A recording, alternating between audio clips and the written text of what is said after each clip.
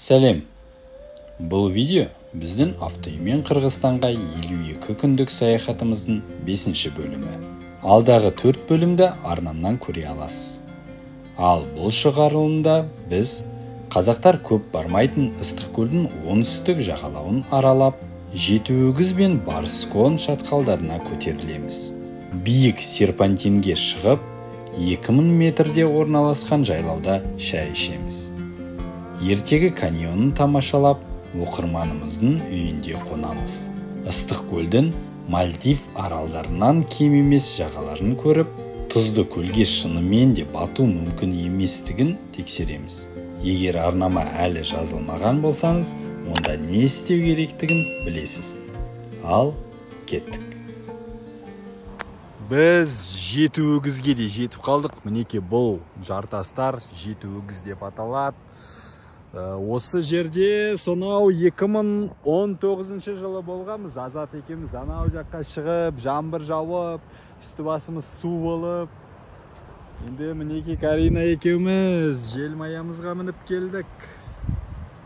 Күшті, Осы Жетіөгізді көру үшін анау тұрған шолу нүктесіне бара жатырмыз.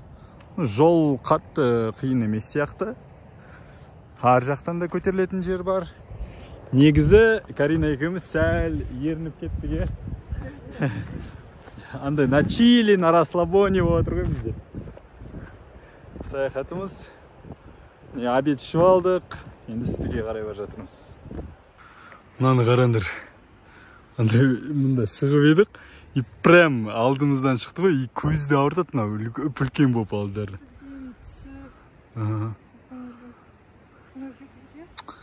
Тема. Сөйтсек бер жаққа спринтерді шығып апты мына жолмен. Біз шығуға ұрықтық. Наганда бір топ адам жүр. Бер жақта кәдімгідей міне кофе бар. Анау мусор, орындық. Бәрін жақсы жасатты. Обзор. Светті тартып қойған, Мұнан ішімен кәбел кетемін. Жетіөгіз атауы қатар тізілген 7 қызыл құздың пішініне байланысты қойылған. Бұл құздар алыстан қарағанда жерге жатып қалған Жетіөгізге ұқсайды. Әрине де бұл жартастардың пайда болуы туралы аңыздар да бар. Бір аңызда 2 хан бір әйел үшін соғысып, нәтижесінде әйелді өлтіріп, оның қанынан Жетіөгіз пайда болып, олар тасқа айналған дейді. Тағы бір аңызда ханның 7 ұлы мұра үшін таласып, олардың арасындағы қақтығысты тоқтату үшін өгіздер тасқа айналған делінеді. Біз жоғарыдан түсіп едік, жаңбыр жауа бастады. В общем, ауа райы мынандай болып кетті резко. Далада бұршақ жауып кетті. Үлгердік түсуге. Қайырлы таң, кеше түнде жаңбыр жауып еді, күн күркіреп, біз осы жерден қозғалмадық, пәледен аулақ деп. Және бүгін қараңдар қандай керемет таң атты. Мына таулар вообще тема көрінеді. Біз таңғы асты, дайындаламыз.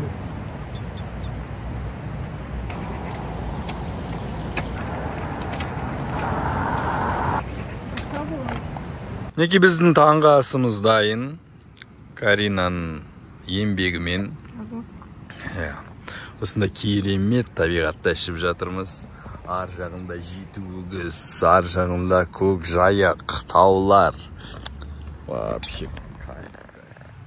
Кешеден бері мынау не екен деп ойлап жүрміз. Алдымен бұл жаңағы ары қарай өтуге болмайды деп ойладық. Сосын жылқы байлайтын жер деп ойладық. Сөйтіп мен жаңа арғы өзен жағасына барам деп, мұнан не екен түсіндім. Бұл туралы мен шантарамда оқығам. Бұл не? Өзеннің деңгейінің көтерілуі. Типа мынадан асса, значит уже қауіпті деген сөз, короче. Солай өден бұл. Мінеке өзеннің жырғауы қалай еді, жырасы әлі ар жақта бар. Получается, ар жаққа көтерілсе әлі нормально болады. И бер жаққа уже қауіпті деген сөз ғой примерно. Осындай жолдармен көтеріліп барамыз. Өте әдемі. Бер жақта да міне күз келді, ағаштар сарғайып баратыр. Bir жақтан өзен, bir жақтан таулар.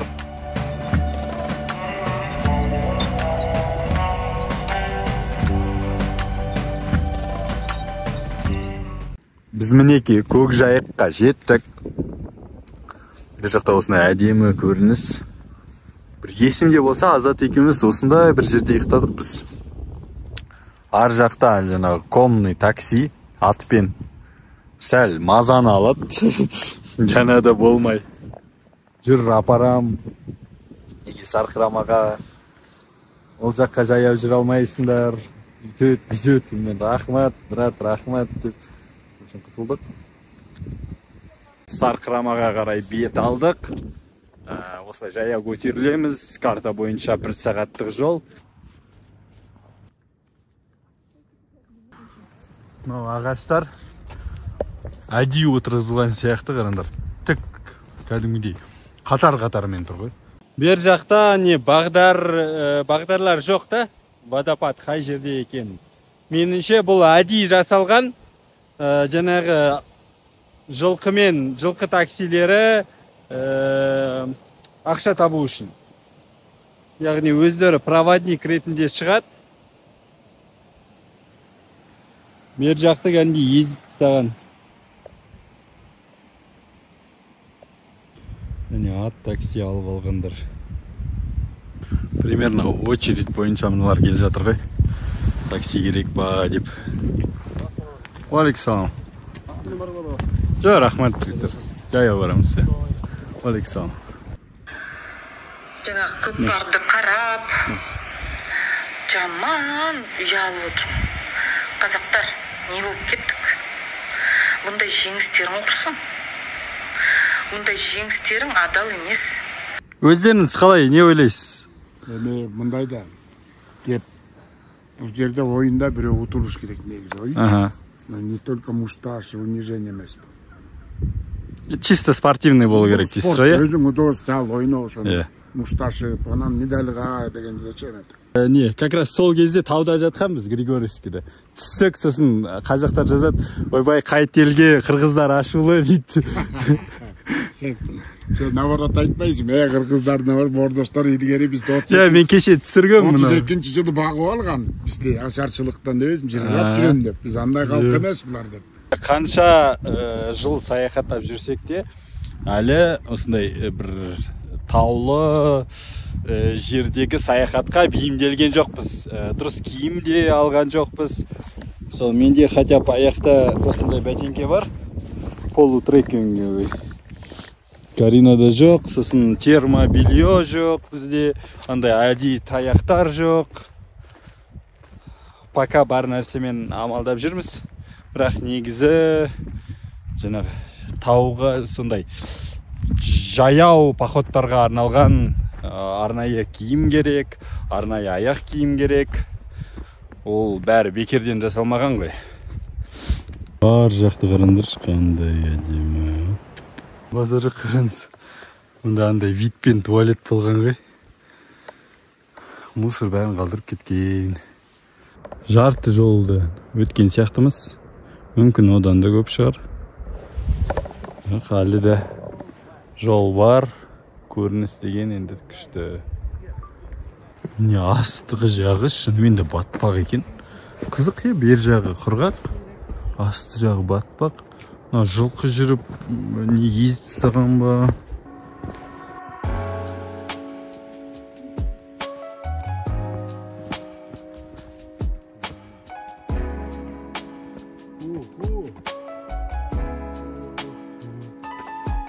Баса кетті. Екел қалды.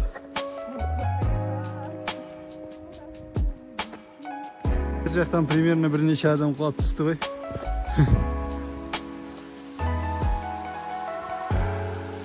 Сарқырамаға жақындап келдік.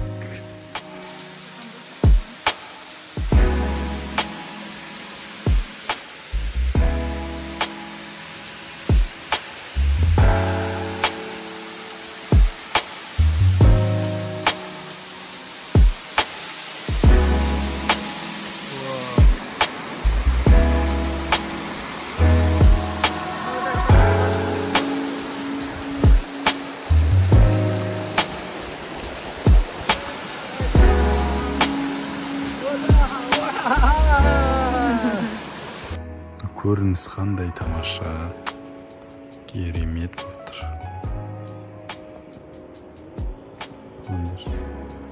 Так, мұнда Дикий дом деген комплекс бар.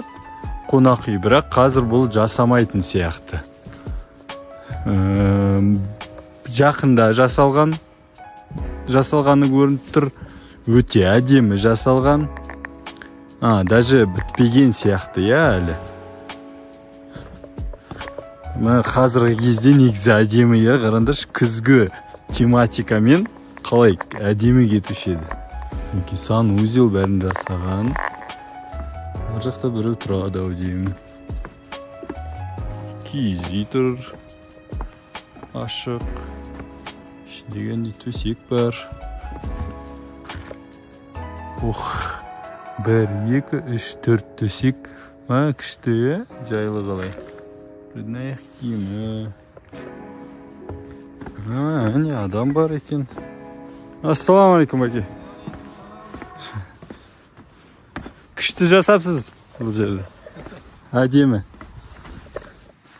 Қазақстаннанмыз. Қазақстан, сезон бітті ма? Жоқ, бітірелік. Тоже ждем людей. Бар ма, адам? Мыналар неотапливаемые, да? Да, не отапливаем, но можно с обогревателем. Әдемі. Бұл божий отапливаемый. Немен жылтас? Здесь топим, мещь. Пеш? А там газовый обогреватель. Газбаллонный обогреватель. Газбаллон арзанырақ, наверное. Не, мещь бекезді. Бер жақты жағуға бола ма негізі? Ақ природа охрана. Үшін көруге бола ма? Вот. Акуля. Мы заходим. İşte adam var. Саламатсыз. Ой, күшті. Önde piş. 5 орындық, 5 орындық.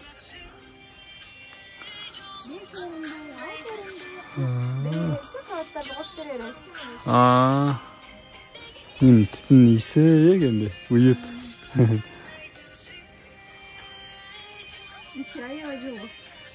Ай, жылы. Бұл от жағылса вообще пысық болып кетеді. Жақсы екен. Внучка вот. Майка в трусах спит здесь. Неше жастасың? Нешелесің? Атын кім? Айдениз? Бер жақта мынау жерлерді жалға береді ғой. Яғни туристерді тарту үшін өте арзан береді екен. Мысалы, жаңағы глэмпинг $100 шығар дейді. Жылына, ойландыршы, жылына 49 жылға арендаға алдық дейді. Базар жоқ, ойландыршы, бізде Қазақстан ала алмайсың, точно ала алмайсың.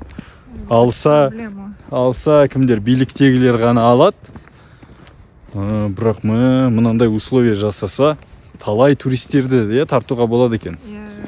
Бірақ оларда әлі анандай субсидия жоқ екен. Типа поддержка, только осындай. Даже осындай. Осылай, да, даже. Вообще круто.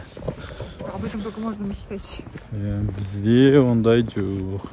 Базар жоқ, аға уже жасы келген ғой. Движняк жасап жатыр. Енді ғана түстік, 3 сағат жүрдік, сағат 1-де шығып, 4-те міне қайтып келе жатырмыз. Асықпай, серуендеп, таза ауа жұтып. Мына енді ағаштардың иісі айта алмайым. Кәнде өкпенді ашады ғой. Біз осындай жерде тоқтадық. Өзен бойында. Карина мінеке гречкадан котлет жасап жатыр. Гарнир. Күн батты. Ар жақта әлі күннің нұры түсіп тұр. Олай,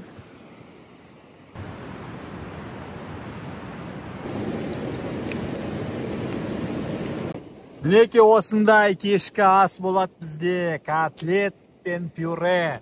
Котлет гречкадан, вегетариандық. Каринаның парақшасында рецепттер бар. В общем, ар жақта өзен сарқырап жатыр, таулар. Имында осындай романтика. Ай шығып еді, мынау жер жап-жарық болып кетті. Енді камера нете алмайды шығар, көрсете алмайды шығар, бірақ кәдімгідей бәрі көрінеді. Қайырлы таң, сағат 9-ға жақындап қалды. Түнді тағы да 0 градусқа жақын болған сияқты, өйткені кәдімгідей жан-жақ шық болып, қырау болған болмаған білмеймін, бірақ үстіміз бәрі болған сияқты. Қазір таңғы асты дайындап жатырмыз. Бүгін уже төмен түсіп, сказка, Барскон жаққа барамыз.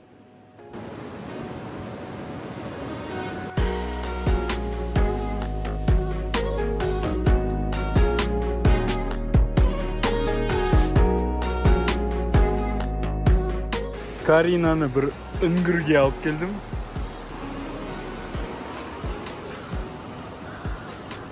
Бұрында бұл жерде указатель бәрі тұратын, биыл жоқ. Чисто память бойынша табылғансын. Байқамында су. Болды, ар жақта тұлдейік. Неке осындай бұлақ бар бер жақта. Бұл бірінші және екінші көпірдің арасында. Суы таза. Шифермен осылай ағызып қойыпты. Так что осы жерден су алсаңыз болады. Қырғызстанның Т3 клубының кеңесі бойынша тағы бір жерге келдік. Енді 2-3 күн тауда жүрдік қой. Таудан демалу үшін көлге келдік.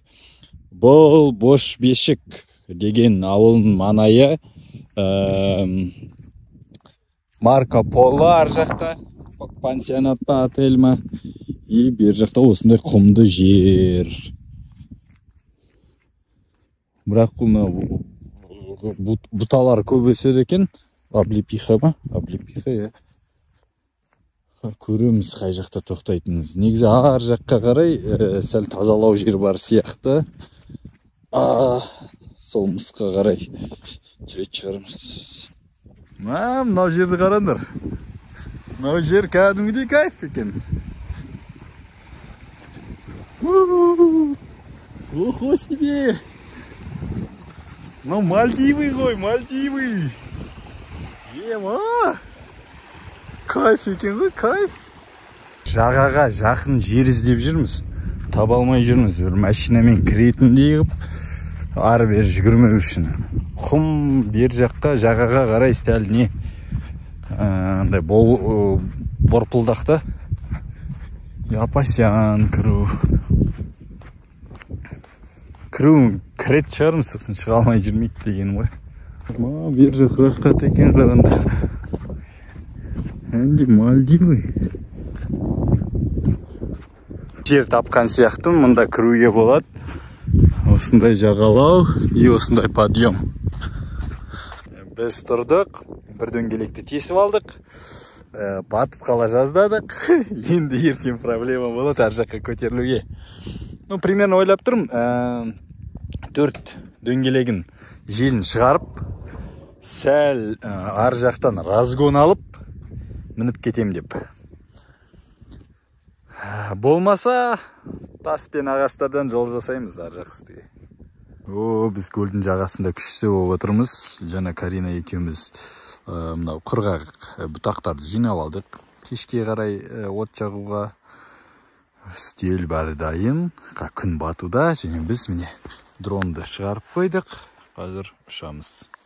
Our hearts beat to the city streets. We began to feel the fire. We rise like tall buildings as the chemicals, they take us higher. The night's young and it's just begun as she puts her hand in mine. We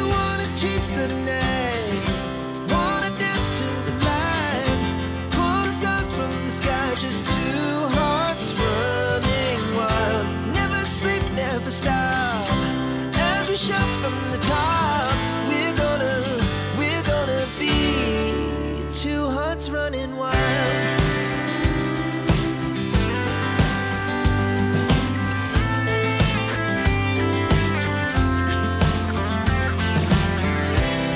Now the morning is the afternoon. We lay awake in bed. Тез арада күн батты. Және өте әдемі күн батыс. Қырғызстанда болған ең әдемі күн батыс шығар, иә? Иә, қандай тамаша. Так, біз осындай мінекей әдемі көрініспен отырмыз. От жағып қойдық, ар жақ су. Тамаша отыр. Қанша күннен бері негізі от жаққымыз келген, бірақ тауларда неде от жақуға болмайды. Бер жақта бар ғой, өрік ағаштары өсіп тұр. Полностью ар жақ өрік ағаштары. Енді қазір өрік жоқ, бәрі құлап түсіп кеткен. Көрсеңіз болады. Мен бұны қазір жинап алайын деп тұрмын. Сосын шағып ішіндегі дәндерін алып шығам.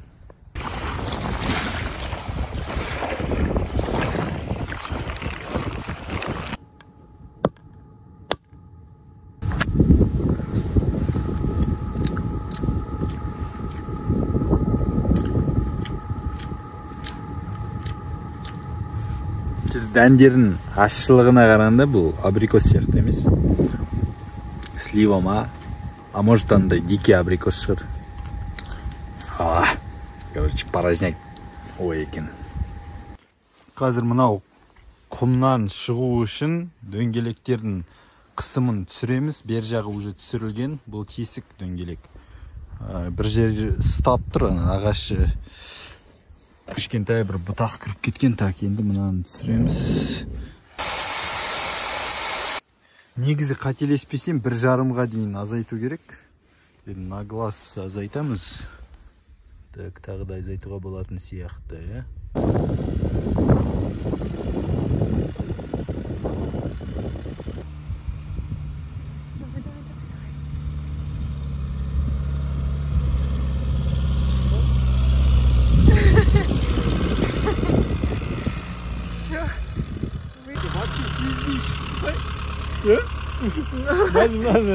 Балон қысымын азайтпасақ та болушы еді деп ойлаймын, білмеймін.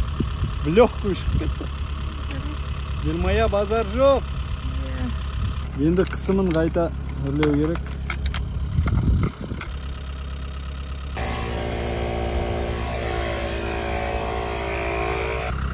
Не, осындай подъем, енді қатты емес, бірақ қорықтық. Біз қазір мынау Ыстықкөлдің оңтүстік жағалауы Қызылсу деген жердеміз. Бір супермаркетке кіргенбіз. Мұнан іші бар ғой, Қарақолдағы базардан арзан. Иә? Біраз арзан. Вот, например, кирки, куда елу-бес, анда где-то 70 болды. Мынау печеньені біз 230-ға ма солай алғанбыз. 210 дейді. Жұмыртқа 11-ден. Шын нормально. Қайырлы, біз ояндық. Бүгін бір күшті жерде ояндық. Бұл жерді менде Қырғызстанның Т3 клубынан көрген болатын. Олардың кеңесі бойынша осы жерге келдік. Дайын болсаңдар.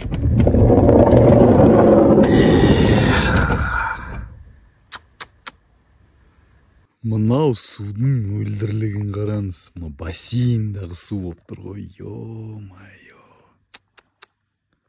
Қандай керемет. Көріп тұрсыңдар ма өзі?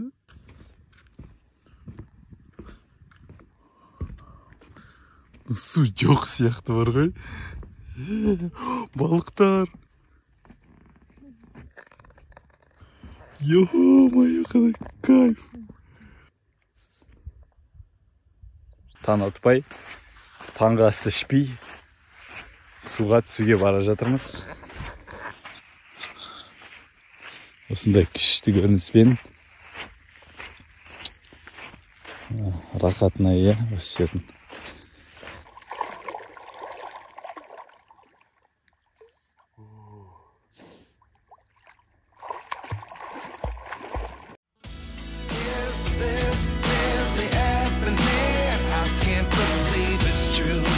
just as surprised as you.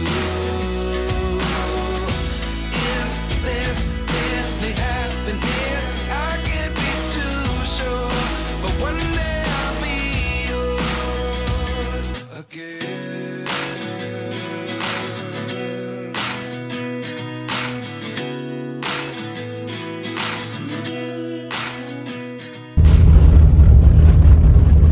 Мына жақта Барскон ущельесі ғой бұл. Жоғарыда шахта бар. Сол шахта міне постоянно мына жолды автогрейдермен қырады-ау деймін. Жақсы жол мында смело, көлік позволяет етсе 60-80-мен көтерілуге болады мында. Осындай әрбір ущельеде осылай хотя бы қырып отырса андай күшті болушы еді. Жолда біз осы шатқалдың жоғарғы жағындағы жайлауға бара жатқан Алихан мен Нұрислам атты екі қырғыз баласын отырғызып алдық. Олар жайлауда жатқан атасы мен әжесіне көмекке бара жатыр екен. Мынау көкпар қалай өтті? Сын айтыңызшы. Қарадыңдар ма? Кімдікі дұрыс? Қазақтардікі тура емес, е? Ол кімнің қателігі? Бүкіл қазақтардікі емес шығар? Қазақтарды жек көріп кеткен жоқсыңдар ма? Сәл бар дейсің ма? Мінекей осы Алихан мен Нұрислам. Оларды осы жайлауларына дейін алып келгенбіз. Сөйтіп бізге Аржақ Серпатинге баруға кеңес берді.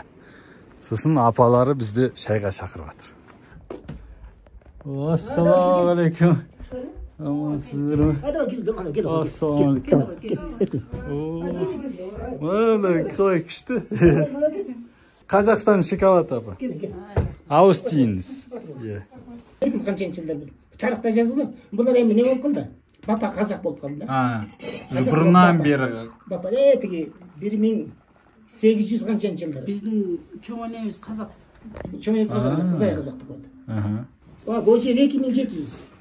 Бұл жер 2700? 3,5 мың бірінші серпантын. Екіншісі 3800, анан 4000. Мынау балалардың арқасында көрдік. Біз айтпесе анау Гагарин тұрған жерде қалушы едік. Сосын оларды жолдан алдық та ар жақта дейді біздің мал. Бер жақта пенсия қанша? Аз біздікі. Аз 6900. Ойбай, совсем аз екен, е? Бұл средний ма примерно? 600 деген почти 40 мыңақ теңге ғой, е? Ақтеудемесі көп етеді. Аз екен. 1800 мен шыққан мен. Ойбай. Көйгенде 5000 болды. Аз екен. Аз, аябай аз. Бізде жақсы алады, е? Бізде 30 мыңдай алады. Сонмен санағанда 30 мыңдай алады. Сіздерде зарплата да кішкентай, е? Бірақ сом теңгеден жоғары. Біздікілер ойлайды, сом үлкен болса, мен 10 мың алсам, зарплата да үлкен деп. Бірақ біздікілерге ол аз. Бізде қымбатшылық. Бірақ сізде де, я, продукты қымбат па сіз үшін? Қымбат осы? Бензин қымбат, я? Бізде бензин, газ, Бізде сол бензин, газ жақсы арзан. А біздің жақта 13 газ. Сонмен санағанда 13. А бензин 35. Арзан екен. Бізде бензин 70-ке шығып кетті ғой. Сосын жұмыртқа қымбат екен сізде. Біз магазиннен алдық. Қазір 11, 12, 13 солай, я? Бір жұмыртқа үшін. Біздің жақта... 2 есеп почти. Бірақ қымбатшы барлық жерде бар ғой. Россия, Қазақстан, бүкіл бар жерде. Қанағат дейсіз ғой. Шүкір. Жайқысын 5 ай осы жерде. Қымыз, саумал. Қымыз, саумал ішіп кетші. Ол балон контейнер жатыр шап келді. Жатыр ес алушы ішіп кетші. Жатады, я бір жақта? Жатыр. Ем алып ба? Тамағын жезап береміз. Сүт ішеміз. Шайыңыз тамаша екен, аба. Машина біздікі? Ошо. Аха. Шет мемлекет түсініп жүреді қой? Я. Біз ақырындап солай шығып жатырмыз. Мына машинамен былтыр Түркияға барып келдік. Мына 86 жылғы машина. Өзіңір Ичиде жатып аласыңдар. Иә, іште жатамыз, тамақ бәрі іште, кішкентай газ баллон бар, газ бар кішкентай. Су бар. Иә. Көрсетем. Ошқа барғымыз келеді. Ошпен Өзбекстанға кіріп кететін шығармыз. Көреміз. Саған қалдым. Мен негізі өзім ауылда тұрғам, бірақ бізде таулы ауыл емес, бізде далада. Қолында өскенбіз, бізде әже атаның қолында осылай самовар, летний кухня болатын, самовар қойып, жазда жылқыға неге қосқа барамыз, шөп шабамыз. Қанчанчы жылқысың? Қанчанчы жылқысың? 92-ші жыл. Жаш тұрбайсың. 32-ге келдім. Таудан түссем, біздікілер жазат, үйге қайтсайш қырғыздар ашулы деп.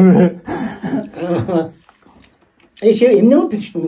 Чырдап кетишпейди казактар. Қазір не болды? Чырдап кетишти го. Кайта бияка келип ойнойт деп атпады эле. Билмейм. Медальдарын, экинчи орунда медальдарын таканен чечип туруп. Иә. Үйге мында қарап отырсақ, бүкіл ауылдарда қазандар тұр екен. Қазан тур эме? Ал бияка деген жергечи оңой таштайсың да. Интеросен түшүп калат да. Иә. Қазанға лақтыру керек. Лақтырыш керек да. Лақтырганда кийде тоз болушат да. Түшүргө. Чырдабай эле ойношсо болмок. Казак менен кыргыз эми бир тууганда. Эми сени казак деп сабайбыз биз. Соны мен де айтам соны. Туура эмес өчү. Илбой актачы экен. Казак кыргыз бир тууган деп коет. Сөз монун ынтымак жашашып жүрөт. Орустарга, украиндарга караганда. Иә. Бизден бир тууганбыз да. Солай болу керек қой. Солай болу керек. Могу жаштар ошону түшүнүшү керек. Бири-бириңе түшүндүрүп. Бир ойын үшін арамыз ашылмайды ғой, э? Болбойт андай, болбойт. Это ой спорт, есть спорт. Иә, спорт. Жеңилгенде билиш керек. Жеңгенде билиш керек. Иә. Бирөө жеңет, бирөө жеңилет ал спорт. Обязательно спорт жөндөйдү. Алга бир батаңызды берип жериңиз. Алга эме. Эме барам. Жолуңар шыдыр болсун. Жолдошуңар кылды болсун. Казак кыз бир тууганыбызды койуп, бир тууганыбыз аша берсин. Казакстаныбызда, Кыргызстаныбызда өсүп, өнүсүн. Эки элдин достугу мындан да чыңдалсын. Итагада Кудай сөөк, биздагы да Кудай сөөк болуп, бир тууган болуп, аман эсен жүрө берели. Амин. Анан келин этегинен жыласын. Аман эсен болду. Уулду болду, кызды болду, балалы болду. Аман болду, эсен болду. Кудай сөөк болгула. Небеделер бар. Чоң рахмат.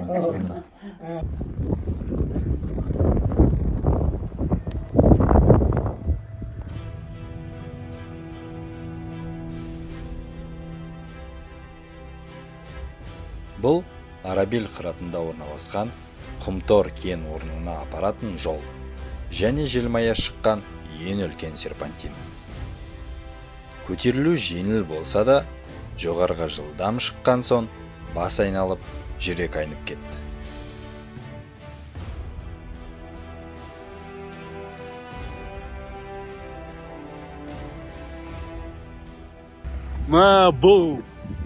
Бұл бар ғой біз көрген Қырғызстандағы ең күшті жер. Қараңдаршы, бұл Барскон ущельясының жоғарғы жағы. Так, не дейді мында? Бейпілдік көріні сапары, маршрут долины спокойствия. Баштаған жер, так, биіктік 2584 дейді. Мен жақта осындай жер бар екен. Машина тұр. Ой, күшті палатка. Дерзко.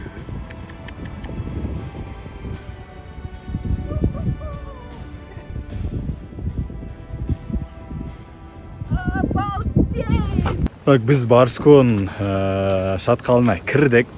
Барскон несімен танымал десеңіз, бұл жақта кезінде Гагариннің өзі болған. Мұнда екі сарқырама бар, бізді қызықтыратын. Біреуі әне әр жақта көрініп тұр, и біреуі бер жақта. Мұнда уже кәдімгідей турникеттер қойылған, киіз үйлер тұр. Әне Гагариннің бір мүсіні. Опа. Ондай жайлау емес, бірақ өте әсерлі, әдемі жер. Туристер кеп жатыр, да біреулері кетейін деп жатыр.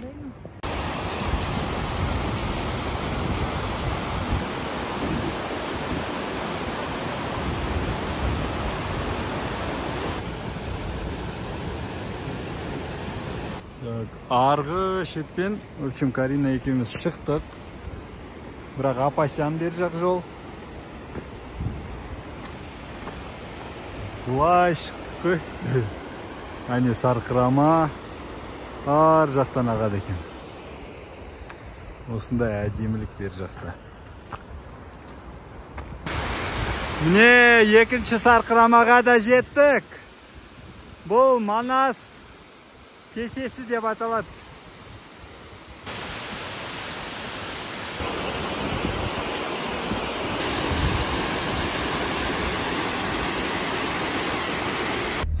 Карина екеуміз мұнда Тассорға бара жатып, бір алма бағын кездестірдік. Осындай алмалар қараңдаршы.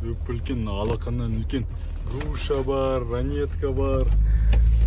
Ашқазақ про ғой, Ашқазақ про. Бір пакет жинап алдық, түк көрмегендей. Груша бар. Это чей-то забор. О, такие красивые они. Үлкен еще тәп-тәтті. Ну, на забор есіне жоқ. Ашықтыр. Кіріп алдық. Бір жағында забор бар, бір жағында забор жоқ. Ертегі деген каньонына келдік. Fairy Tail немесе сказка деген атпен танымал.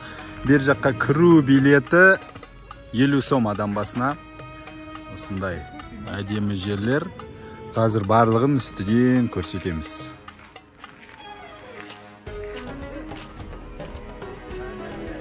Бұл мінеки жарлар, андай бір қамалдың қабырғасы сияқты қалып қойған. Өте әсерлі көрінеді. Тіп-тізу көрдіңіз, ар жағының түстері вообще басқа. Бер жағы жаны күшті, әр түрлі түсті. Маңғыстау жақта да бар осындай. Алматы жақта да бар ау неме?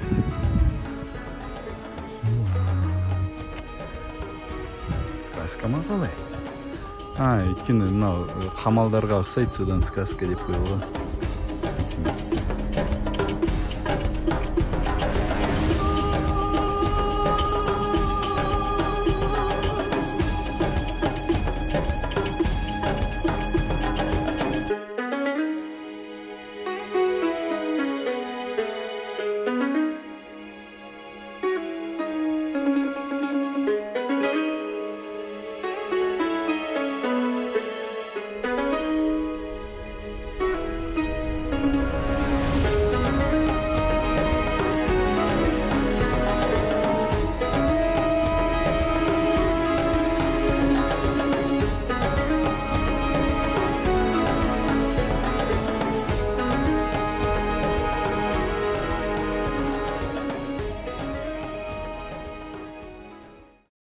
Біз Карина екеуміз оқырманымыздың, Каринаның оқырманы Азамат деген қырғыз жігітінің үйіндеміз. Үйінде деген ол өзі бізді тастап, кілтін тастап кетіп қалды.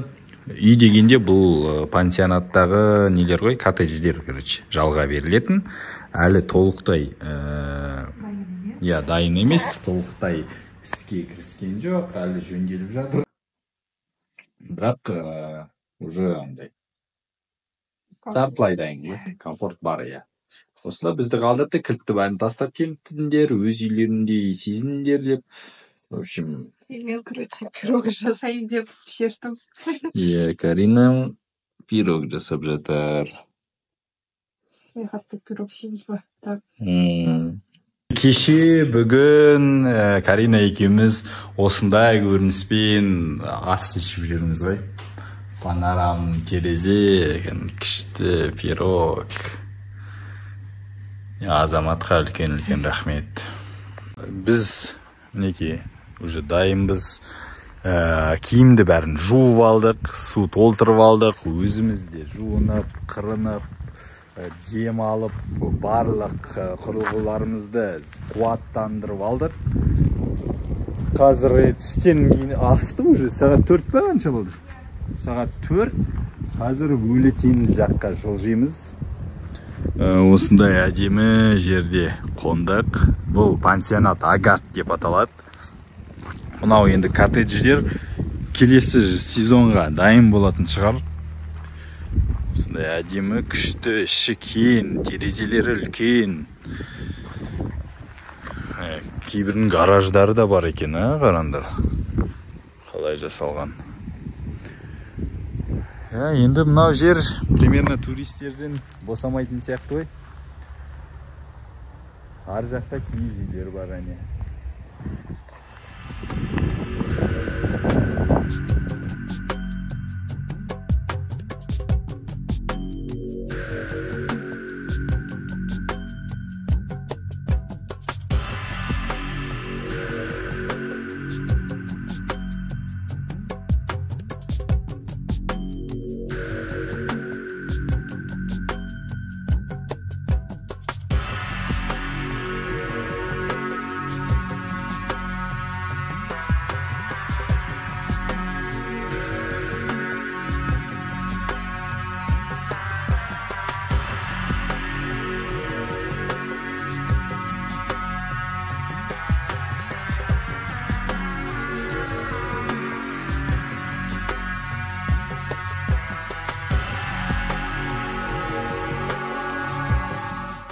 Біз ойласақ, онда жаяу жүреміз, каньон қараймыз деп сөйтсек, көлікпен бүкіл каньонды өтіп тастадық та суға шықтық қой, көлге қарай. Картамен 9 сағат жаяу жүресіңдер деп шықты, машинамен 5 сағат. Мапс миға сенбеңдер негіз. Жай карта тоже көрсетпейді. Бер жақ каньоннан өлі теңіз дейді, тұзды сор ғой. Соған дейін осындай тура жол бар екен. Бірақ даже картаның өзі бұл жол толық жетекті көліктерге арналған деп жазып тұр. Білмеймін, ақырындап желмаямен басып келе жатырмыз. Әзірше барлық қиыншылықтардан өтудеміз. Алда осындай не өзендердің жыралары көп кездесіп жатыр. Так, жол бүтіп қалған сияқты ма бір нәрсе? Осындай немен келе жатырмыз. Құмның арасында тастармен. Давай. Ой, мамочка. Давай.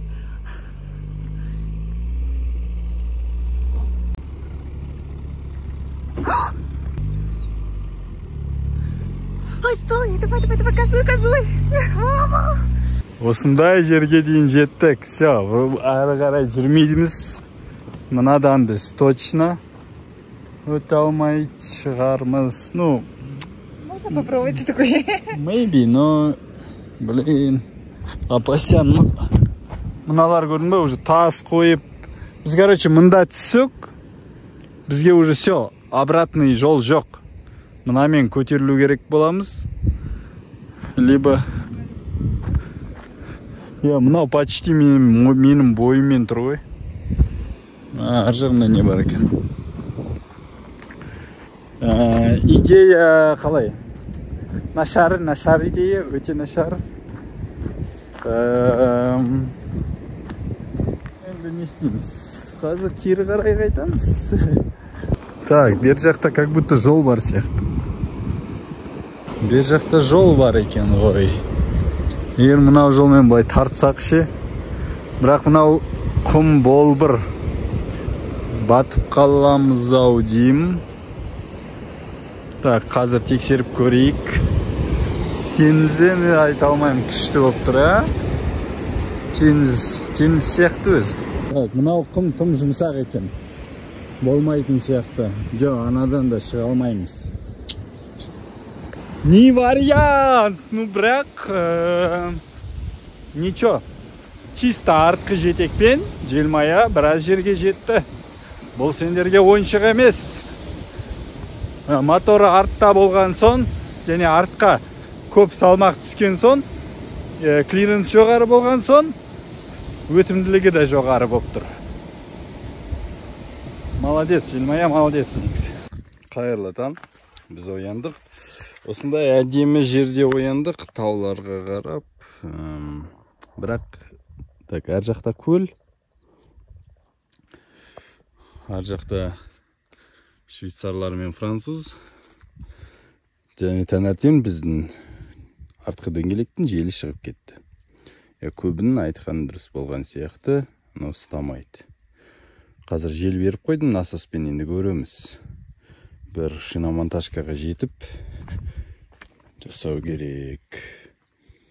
Түні бойы бізді, түні бойы емес, кешке қарай мынау есікті ашып едім. Мынау звонарлар қаптап кетті. Қаншасын біз пылесоспен сордық, қаншасын өлтірдік. Не қалғаны мында жабысты ғой.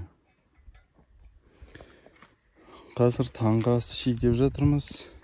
Өлі көлге келдік. Өлі теңіз дейді. Бұл тұзды көл. Қырғызстанда өте танымал, емдік қасиеті бар дейді. Бер жаққа кіру адам басына 150 сом төледік. Бірақ 150 сом тым қымбат сияқты. Өйткені бұл жерде не дәретхана жоқ, ар жақта қоқыс жатыр.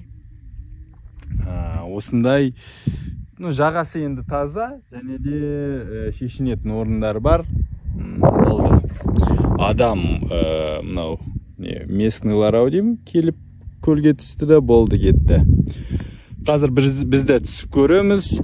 Шынымен де бұл көлде адам батпай ма, соны тексереміз. Қалай болады екен деп. Бүгін осы жерде қонат шығарымыз. Үйден осындай 2 бутылка сироп алғанбыз ғой. Ыстық болса лимонад жасаймыз деп. Сөйтіп бірінші рет, екінші рет, бір рет жасадық, екінші рет қана жасайық деп жатырмыз. Байтик деген қырғыздың газдалған суын сатып алдық, қазір осыны қосамыз. Неке ішіне сироп қостым, лимон қостым.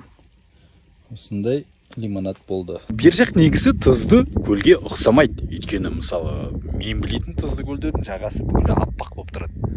Бер жақ аппақ емес, бірақ дәмін көрдім мен тұзды. Дан-дан-дан-дан-дан.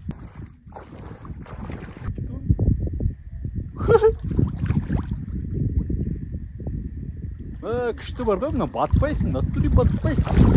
Ой, қол шығарып қойсын. Батады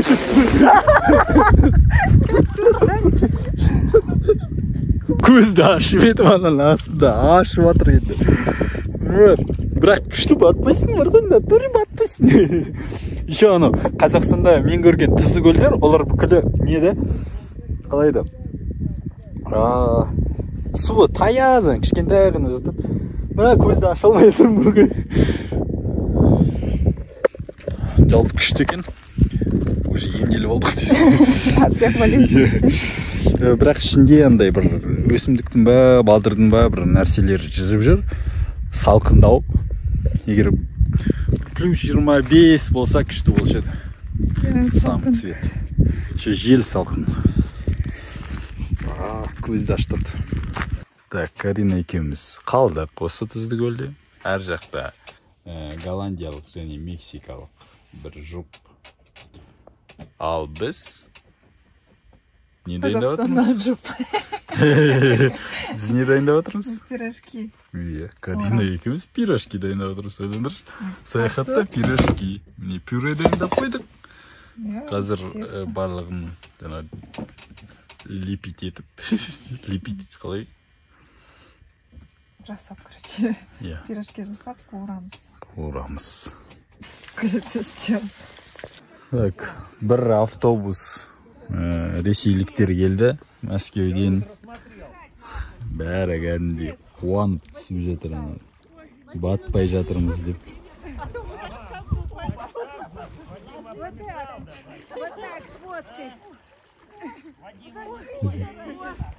Осы шығарылымды соңына дейін көргендеріңізге рахмет. Лайк басып, алған әсерлеріңізбен комментарийде бөлісіңіз.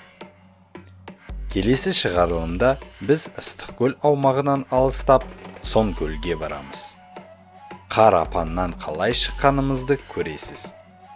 Сусамырда болған ат жарысты тамашалаймыз. Және Қырғызстандағы ең әдемі жолмен жүріп, Ош қаласына да жетеміз. Видеоны өткізіп алмау үшін арнама жазылып қойыңыз.